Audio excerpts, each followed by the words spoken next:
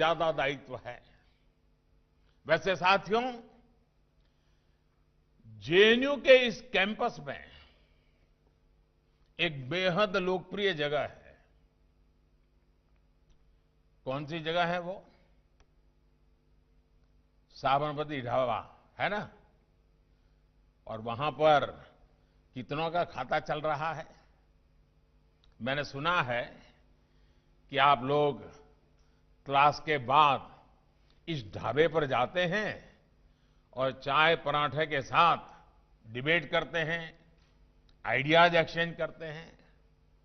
और वैसे भी पेट भरा हो तो डिबेट में भी जरा मजा आता है। आज तक आपके आइडियाज की, डिबेट की, डिस्कशन की जो भूख साबरमती ढाबे में मिटती थी, अब आपके लिए स्वामी जी की इस प्रतिमा की छत्र छाया में एक और जगह मिल गई है। साथियों, किसी एक बात जिसने हमारे देश की लोकतांत्रिक व्यवस्था को बहुत बड़ा नुकसान पहुंचाया है, वो है राष्ट्रहित से ज्यादा प्राथमिकता अपनी विचारधारा को देना। क्योंकि मेरी विचारधारा ये कहती है, इसलिए देश हित के मामलों में भी मैं इसी सांचे में सोचूंगा, इसी दायरे में काम करूंगा।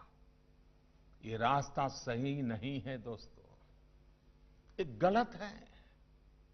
आज हर कोई अपनी विचारधारा पर गर्व करता है, ये स्वाभाविक भी है।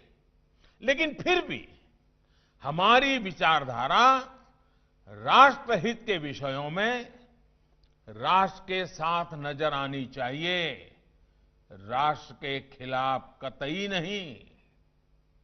आप देश के इतिहास में देखिए, जब जब देश के सामने कोई कठिन समस्या आई है, हर विचारधारा के लोग राष्ट्रहित में एक साथ आए हैं। आजादी की लड़ाई में महात्मा गांधी के नेतृत्व में हर विचारधारा के लोग एक साथ आए थे। उन्होंने देश के लिए एक साथ संघर्ष किया था।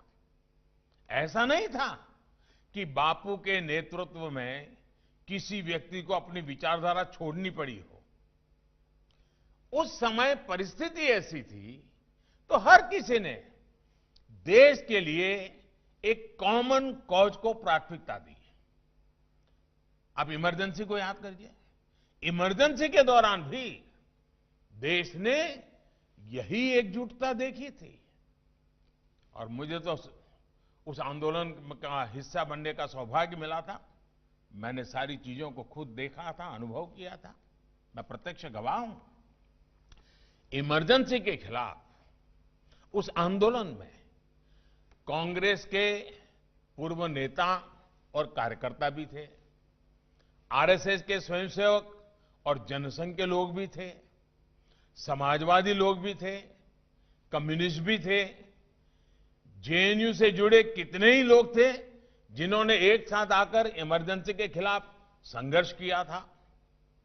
इस एकजुटता में, इस लड़ाई में भी किसी को अपनी विचारधारा से समझौता नहीं करना पड़ा था। बस उद्देश्य एक ही था, राष्ट्रहित। और ये उद्देश्य ही सबसे बड़ा था। इसलिए साथियों, जब राष्ट्र की एकता, अखंडता और राष्ट्रहित का प्रश्न हो तो अपनी विचारधारा के बोझ तले दबकर फैसला लेने से देश का नुकसान ही होता है। हां, मैं मानता हूं कि स्वार्थ का लिए, अवसरवाद के लिए अपनी विचारधारा से समझौता करना भी उतना ही गलत है। इस इंफॉर्मेशन एज में अब इस तरह का अवसरवाद सफल नहीं होता और हम बिल्कुल रोजमर्रा की जिंदगी में आजकल इन चीजों को बड़ी बारीकी से देख भी पा रहे हैं। हमें अवसरवाद से दूर लेकिन एक स्वस्थ संवाद को लोकतंत्र में जिंदा रखना है।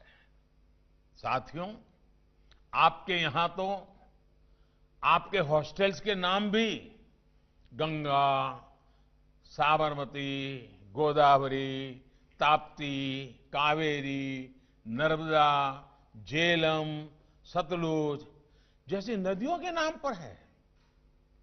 इन नदियों की तरह ही आप सभी देश के अलग अलग हिस्सों से आते हैं, अलग अलग विचार लेकर आते हैं और यहां मिलते हैं। आइडियाज की इस शेयरिंग को, नए नए विचारों के इस प्रवाह को अविरल बनाए रखना है, कभी सूखने नहीं देना है। हमारा देश वो महान भूमि है जहां अलग अलग बौद्धिक विचारों के बीच अंकुरित होते रहे हैं, विकसित होते रहे हैं और फलते भी हैं, फूलते भी हैं। इस परंपरा को मजबूत करना आप जैसे युवाओं के लिए तो खास तौर पर बहुत आवश्यक है। इसी परंपरा के कारण भारत दुनिया का सबसे वाइब्रेंट लोकतंत्र है। मैं चाहता हूं कि हमारा देश का युवा कभी भी किसी भी स्टेटस को ऐसे ही एक्सेप्ट न करें। कोई ये कह रहा है इसलिए सही मान लो, ये नहीं होना चाहिए। आप तर्क करिए, बात करिए, विवाद करिए, स्वस्थ चर्चा करिए, मनन मंथन करिए, संवाद, और फिर किसी परिणाम पर पहुंचिए। स्वामी विवेकानंद जी ने भी कभी स्टेटस को स्वीकार नहीं किया था। और हां, एक चीज जिस पर मैं खास तौर पर बात करना चाहता हूं और वो है